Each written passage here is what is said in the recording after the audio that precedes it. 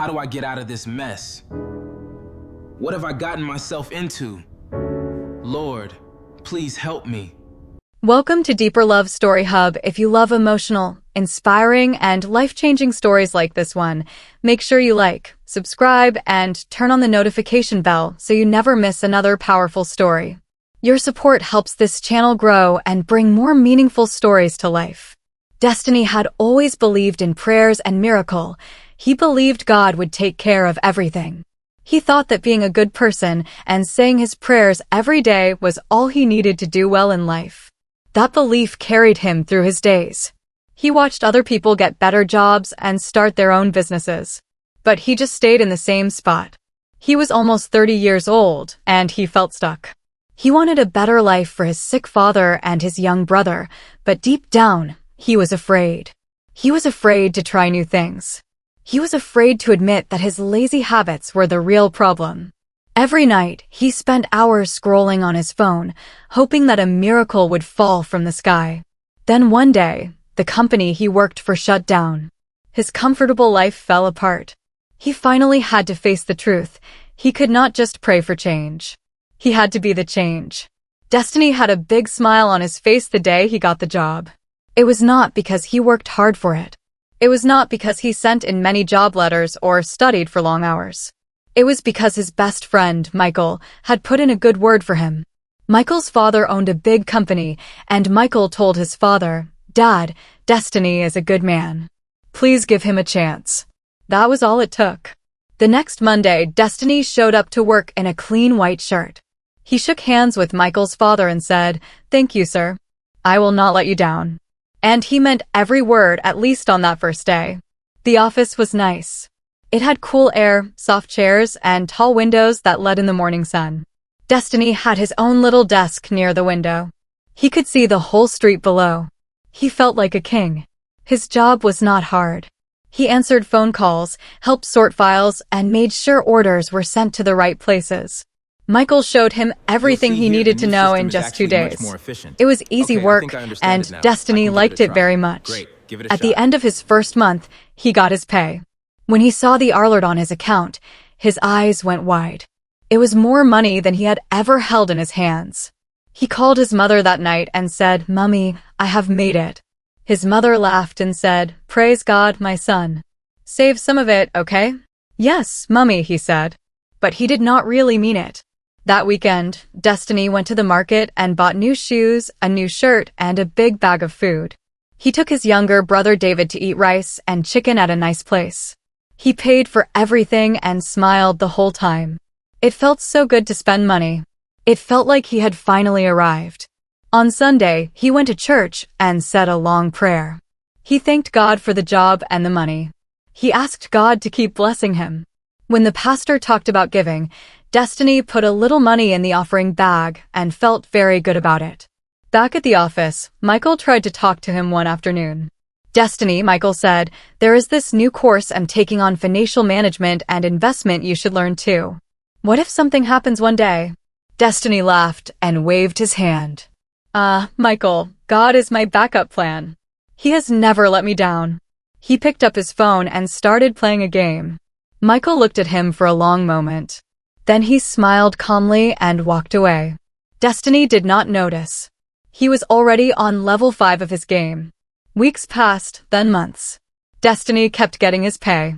He kept spending it fast.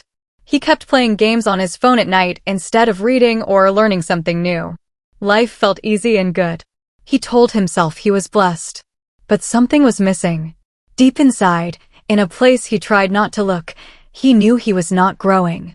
He was standing still while life kept moving around him. He just did not know it yet.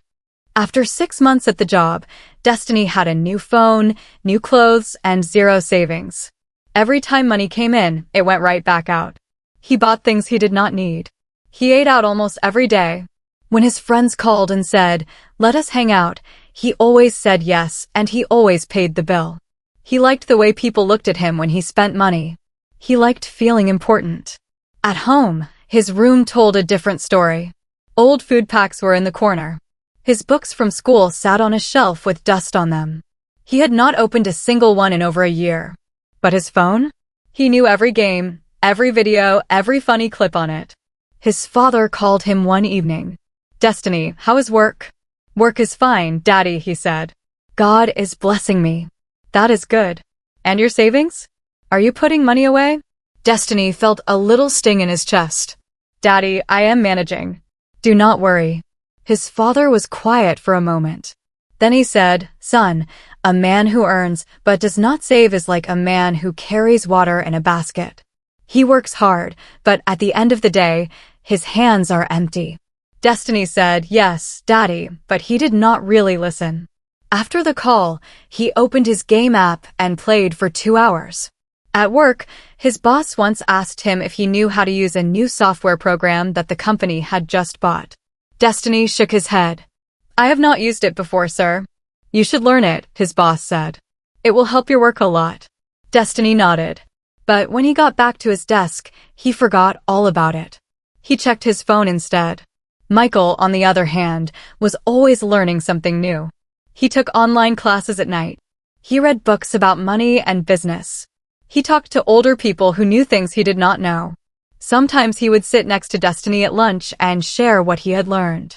"Destiny, I just finished a course on how to manage business accounts. It was really good. You should try it."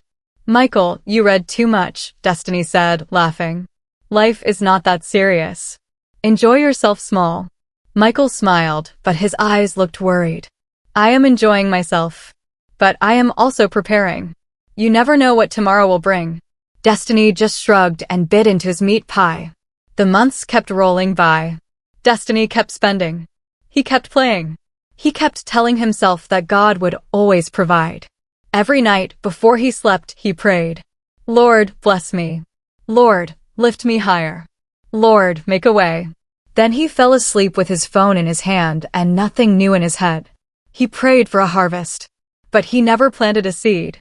If you added up all the hours Destiny spent on his phone, you would be amazed. He woke up in the morning and the first thing he reached for was his phone. He scrolled through videos while eating breakfast. He played games on the bus to work. At lunchtime, instead of reading or learning, he watched funny clips until it was time to go back to his desk. At night, he played games until his eyes were heavy and he fell asleep. He never counted the hours. But they were many. Very many.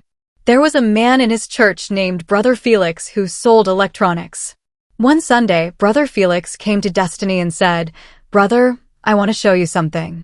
He pulled out a small notebook. "Every night, I study for 1 hour. I have been doing it for 2 years. Look at what I have learned." He opened the book. It was full of notes about business, about computers, about how to sell things online. 2 years of 1 hour every night, Brother Felix said. That is over 700 hours of learning. And now my small shop has grown into 3 shops. Destiny looked at the notebook. He felt something inside him. Maybe it was respect, maybe it was shame. "That is good, Brother Felix," he said quietly. "You are a young man, Destiny. Time is your biggest gift. Do not waste it." Destiny nodded. He went home that Sunday feeling something heavy in his chest. He sat on his bed and looked at his phone. Then he put it down and picked up an old book he had not touched in months. He read 3 pages. Then his phone beeped with a notification, and he picked it up, and that was the end of reading for that night. At work the next week, a young woman named Grace joined the office. She was quiet and always busy. She always had her laptop open. She took notes during every meeting. After just 1 month, Destiny's boss called Grace into his office and gave her a new, bigger role. Destiny was shocked. "But she just came," he told Michael. "She knows the new software," Michael said. "She also took an online course in customer management last month." She showed the boss her certificate. Destiny felt a sharp feeling in his belly. He had been at the company longer than Grace. But Grace had used her time to grow, and he had used his time to play. That evening, he went home and sat in the quiet. He thought about Brother Felix and his 700 hours. He thought about Grace and her certificate. He thought about Michael and his night classes. Then he thought about himself. What had he done with his time? He picked up his phone to check the screen time app. His mouth fell open. He had spent an average of 6 hours every day on his phone for the past 3 months. 6 hours. Every single day. He put the phone face down on the bed and stared at the ceiling. All that time was gone. He could never get it back. The question now was, what would he do with the time he still had left? One Thursday afternoon, Michael knocked on Destiny's desk and said, "Let us take a walk." They walked to a small garden behind the office building. There was a bench under a big tree. They sat down. Michael was quiet for a moment. Then he looked at Destiny with serious eyes. "I need to talk to you about something," Michael said. "And I need you to really listen." Destiny sat up straight. "Okay, I am listening." "My father's company is not doing well," Michael said. His voice was low. "We have lost 3 big clients this year. My father is very worried. I do not know what will happen, but I want you to be ready, just in case." Destiny felt cold. "What do you mean, just in case?" "I mean you should start saving money now. You should also start learning new skills so that if something happens, you can find another job quickly." Michael leaned forward. "Destiny, I know you are a good man, but you have to prepare. You cannot always wait for God to drop things in your lap. God helps those who also help themselves." Destiny looked down at his shoes. "Is the company really in trouble?" "I do not know for sure, but I am not waiting to find out. I have already started studying for a business certificate. I have also saved 3 months of my salary, just in case." Michael paused. "How much have you saved, Destiny?" Destiny did not answer. He already knew the answer, and it was nothing. "Listen," Michael said gently, "I am not judging you. You are my brother. That is why I am telling you this. Please start today. Even if you save a little every month, it will add up. And please learn one new thing. Just one." They walked back to the office in silence. Destiny sat at his desk and thought about what Michael had said. He opened his laptop and searched for free online courses. He found many. He clicked on one about computer skills. It looked good. Then his phone beeped. A friend had sent a funny video. Destiny watched it. Then he watched another one. Then another. Before he knew it, the workday was almost over, and he had not touched the course. Tomorrow, he told himself. "I will start tomorrow." But tomorrow came, and he said the same thing again. 2 weeks later, Michael came to him with a sad face. "Destiny," he said, "my father is sick. He has been in the hospital for 4 days. The doctors say it is his heart." Destiny stood up quickly.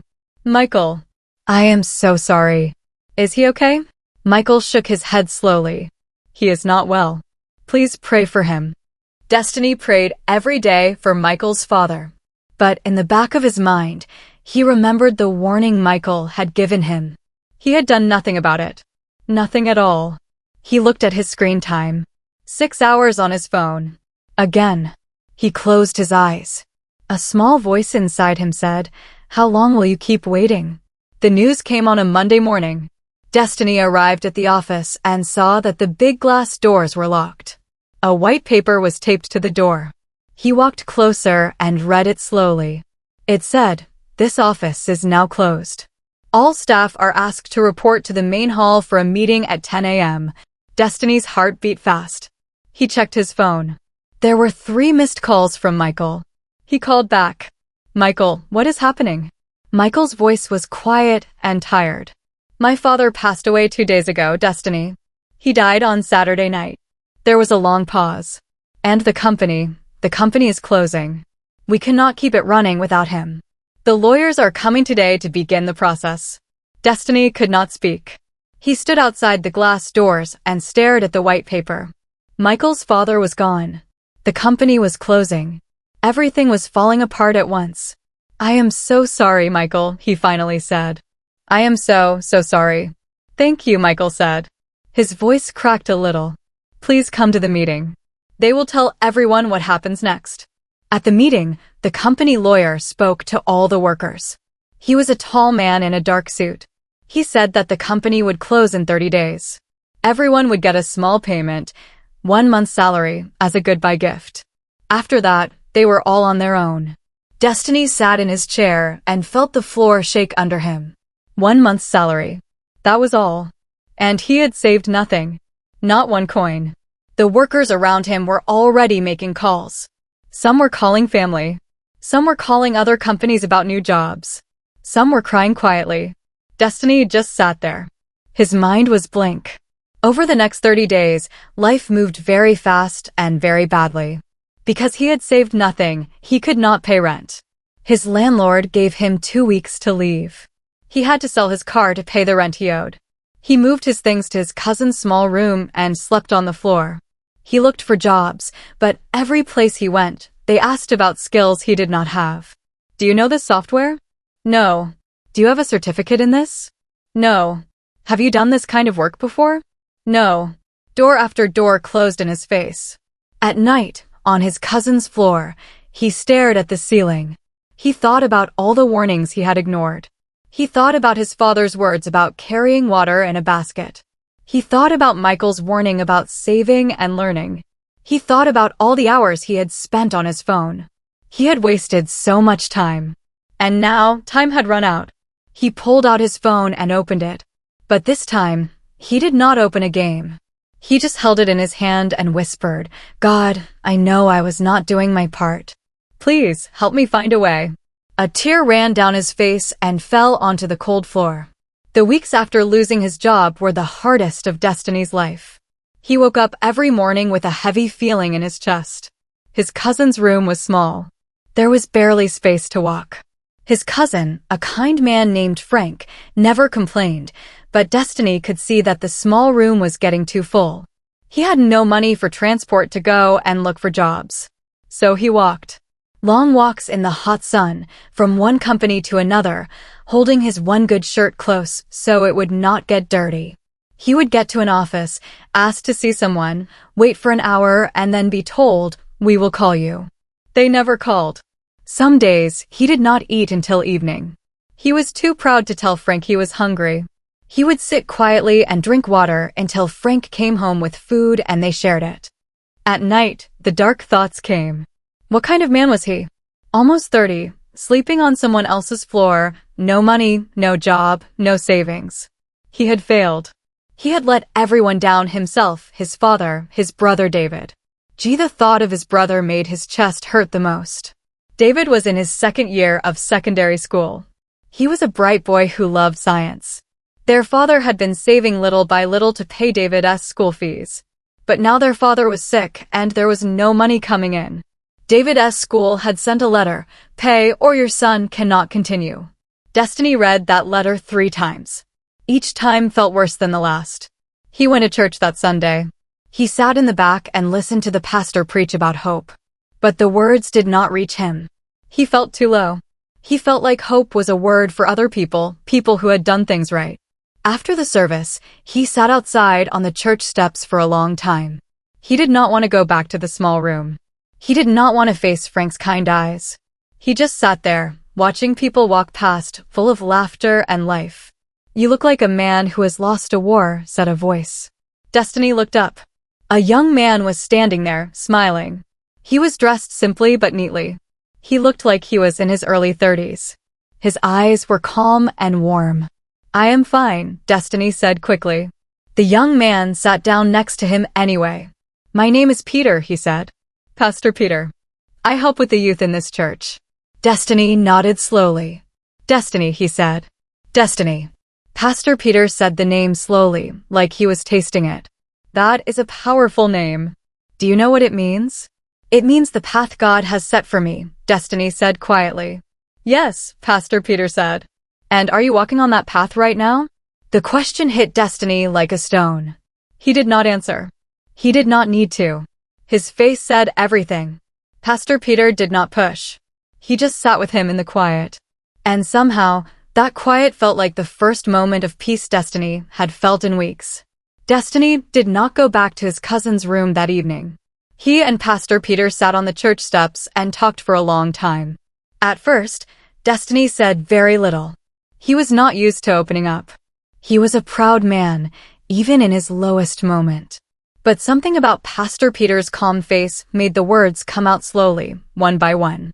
He told him about the job, about spending all his money, about the phone and the games, about Michael's warning, about the company closing, about his father being sick, about David's school fees, about sleeping on Frank's floor. When he finished talking, he felt empty, but in a good way, like a man who had put down a very heavy bag. Pastor Peter listened to every word. He did not laugh. He did not shake his head in disappointment. He just listened. When Destiny was done, Pastor Peter was quiet for a moment. Then he said, "Thank you for trusting me with all of that." "I do not know what to do," Destiny admitted. "I have prayed and prayed, but nothing is changing." "Can I ask you something?" Pastor Peter said. "Yes. When a farmer wants food, he prays for a good harvest. But does he only pray, or does he also go into the field and plant?" Destiny looked at him. That was almost exactly what the voice in his heart had said to him weeks ago, the night he sat in the dark with his unpaid bills. "He plants," Destiny said slowly. "Yes. And what you are going through right now is not God punishing you. It is God waking you up.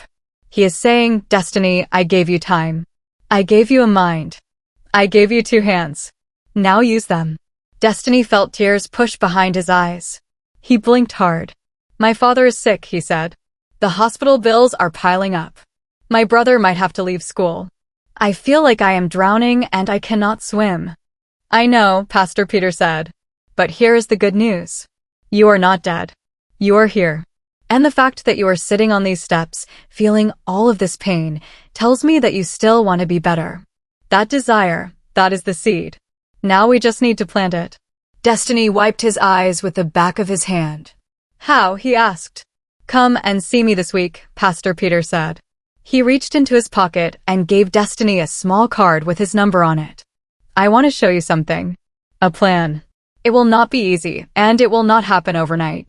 But if you follow it for 90 days, just 90 days, I promise you will not be the same man." Destiny looked at the card. It was simple. Just a name and a number. But holding it felt like holding a door handle, like there was something on the other side worth opening. 90 days, Destiny said. 90 days, Pastor Peter repeated. He stood up and put his hand on Destiny's shoulder. "You did not fall into this hole in one day. But you can climb out faster than you think if you stop waiting and start moving." Destiny nodded. For the first time in a long time, a small, fragile feeling of hope crept into his chest. Destiny called the number on the card the very next morning. He was nervous. His hand shook a little as he pressed the call button. But Pastor Peter picked up on the second ring and sounded happy to hear from him. "Destiny, I was hoping you would come to my office at the church at 10 o'clock. We will talk." Destiny walked to the church. He arrived 10 minutes early and sat outside the office door. When Pastor Peter opened the door, Destiny was surprised by what he saw inside. The office was small but very tidy. There were books everywhere, on shelves, on the desk, even stacked neatly on the floor. There was a whiteboard on one wall with words and diagrams on it. A laptop was open on the desk. Everything in the room said, "This is a man who works hard and thinks deeply."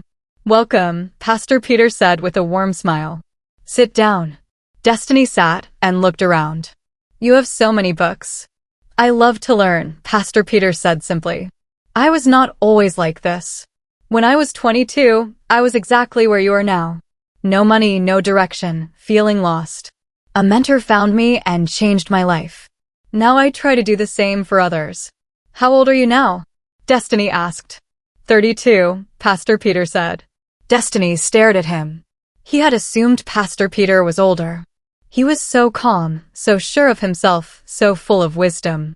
But he was only 2 or 3 years older than Destiny himself. "How did you do it?" Destiny asked. "In 10 years? You built all of this?" "Not all at once," Pastor Peter said. "One day at a time. One skill at a time. One good decision at a time." He opened a folder on his desk. "But let us not talk about me. Let us talk about you." He pulled out a clean sheet of paper and put it on the desk between them. At the top, he wrote, "Destiny's 90-day plan."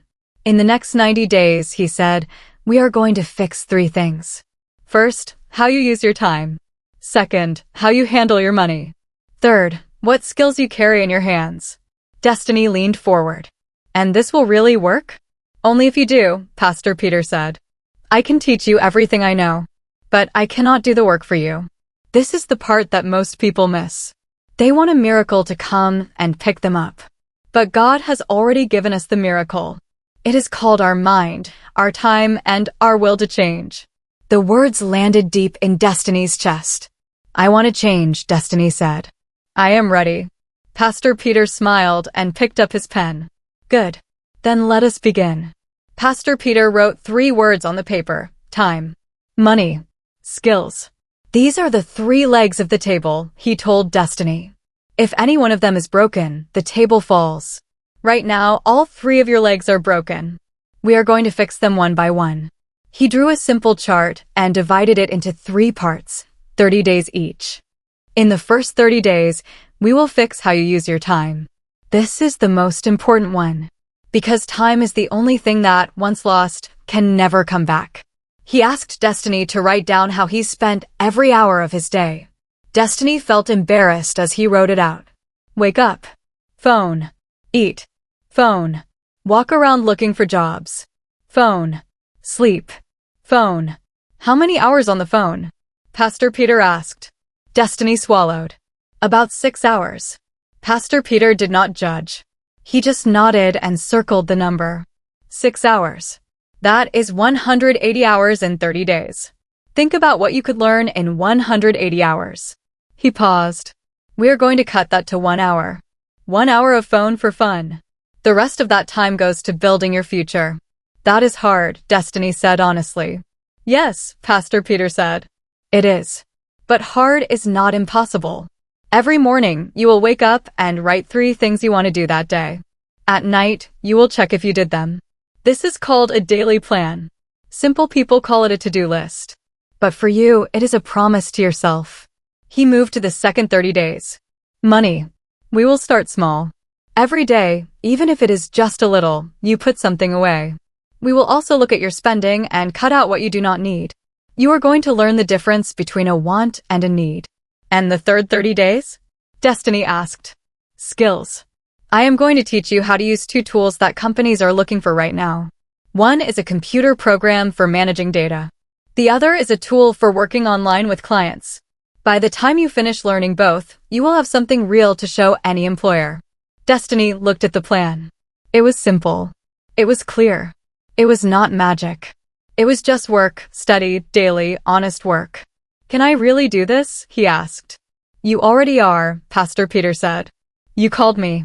You came here. You are sitting in this chair and listening.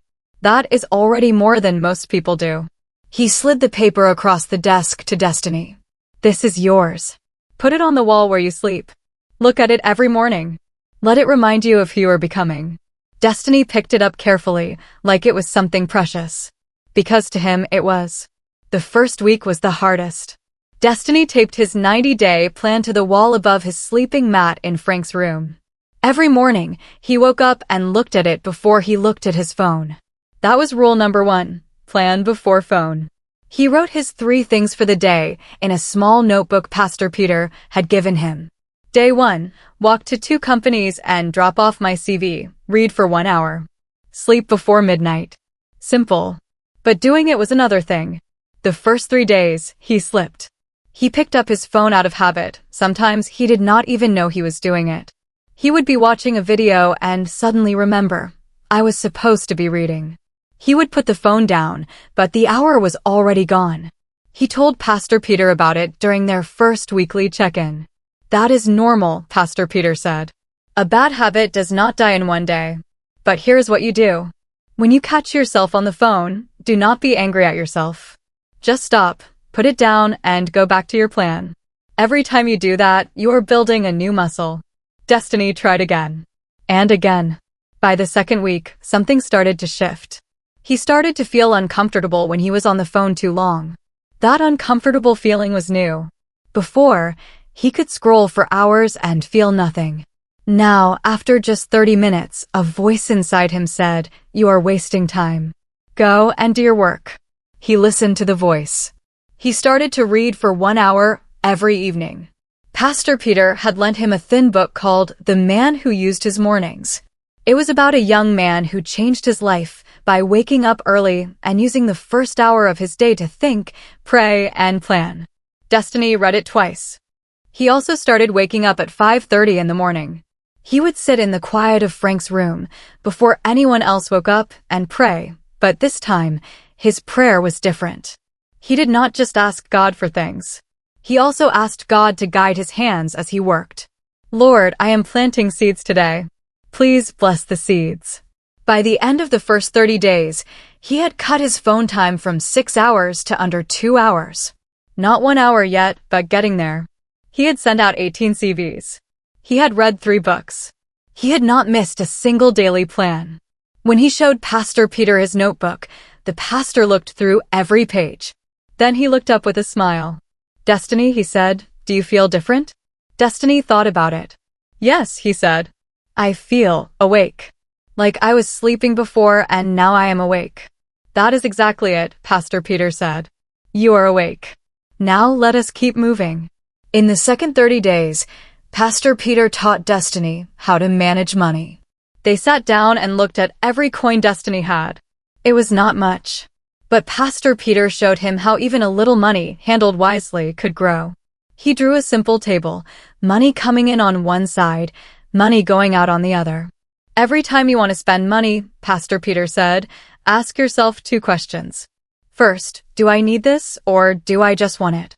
Second, if I spend this now, what do I lose later? At first, Destiny found this very hard. He was used to spending without thinking. But he started writing down every small thing he spent money on. At the end of each week, he added it up. He was shocked. He was spending money on things he could not even remember buying. He stopped buying things he did not need. He stopped eating out. He cooked simple food at Frank's place. When he got small money from a part-time errand job he found, he put a little in a small envelope he kept hidden. It was not much, but it was his. And it was growing. He also did something he had never done before. He called his father and told him the truth. He told him everything about losing the job, about having no savings, about sleeping on Frank's floor. His father was quiet for a long time. Then he said, "Son, I am not angry. I am glad you told me." That is the first step. A man who can admit he was wrong can also become right. Those words went straight into Destiny's heart. In the third 30 days, Pastor Peter taught him 2 computer tools. The first was a program called a spreadsheet, which helps people track and sort information. The second was an online platform used by companies to manage their work and clients. Destiny sat with Pastor Peter 3 evenings a week and practiced. At first, his fingers moved slowly on the keyboard. He made mistakes. He got confused. But he did not give up. He went home and practiced on Frank's laptop late into the night. Frank would wake up sometimes and see the screen glowing. "You are still awake?" Frank would ask. "I am learning," Destiny would say. And Frank would smile and go back to sleep. By the end of the second month, something wonderful happened. One of the company's Destiny had sent his CV to call him back. They asked him to come in. He wore his clean shirt and went. During the interview, they asked if he knew how to use a spreadsheet. He said yes, and he showed them right there on their computer. They looked impressed. "We will be in touch," they said. He walked out of that building feeling 10 feet tall. He called Pastor Peter from the street. They liked what they saw, Destiny said, his voice full of excitement. "Of course they did," Pastor Peter said. "You gave them something real. Keep going. 90 days is not done yet." Destiny kept going. On the 89th day, Destiny's phone rang. It was the company from the interview. They offered him a job. It was a better job than the one he had lost, better pay, better hours, and a chance to grow. He stood in the middle of Frank's small room and could not speak for a moment. "Are you still there?" the woman on the phone asked. "Yes," he said. "Yes, I am here. I accept. Thank you. Thank you so much." When he ended the call, he sat down on his mat and put his face in his hands. He did not cry loudly. He just sat there and let the quiet tears fall. They were not sad tears. They were something else, something warmer and deeper. He had done it. He called Pastor Peter first. Then his mother. Then his father, who was doing a little better now and was resting at home. His father's voice cracked when he heard the news. "I knew it, son. I knew you had it in you. I just needed you to know it too." He called Michael. Michael was quiet for a moment, then laughed a real, full laugh. "Destiny, I am so happy for you. You deserve this." "You warned me," Destiny said. A long time ago, you warned me, and I did not listen. I am sorry. Do not be sorry, Michael said. Just never stop learning. I promise, Destiny said. And he meant every word. On day 90, Destiny asked Pastor Peter to meet him at the church steps, the same steps where they had first talked, the same place where Destiny had been sitting like a broken man just 3 months before. They sat down together. Destiny had a small envelope in his hand. Inside was a portion of his first pay from the new job, money he had set aside for his brother David's school fees. David will stay in school, he said quietly. Pastor Peter nodded. Yes, he will. Destiny looked out at the street. It was the same street, the same church, the same steps. But he was not the same man. I wasted so much time, he said. Yes, Pastor Peter said. But you did not waste the last 90 days. Destiny smiled. It was a real smile, the kind that comes not from having money, but from knowing you did the work. What is next? He asked. You keep going, Pastor Peter said. You save. You learn. You grow. And one day, you sit on these steps with someone who is where you were, and you tell them what I told you. Destiny looked at the card in his pocket. His 90-day plan. It was folded and a little worn now from being opened so many times. He smoothed it out carefully. He thought about all the hours he had spent on his phone, all the warnings he had ignored, all the seeds he had failed to plant. Then he thought about the 90 days just past, the early mornings, the tired evenings, the slow, steady, honest work. God did not change his life by dropping a miracle from the sky. God changed his life by waking him up, and Destiny had chosen to rise. If this story touched your heart, remember, you do not need 90 perfect days. You just need day 1. Start today.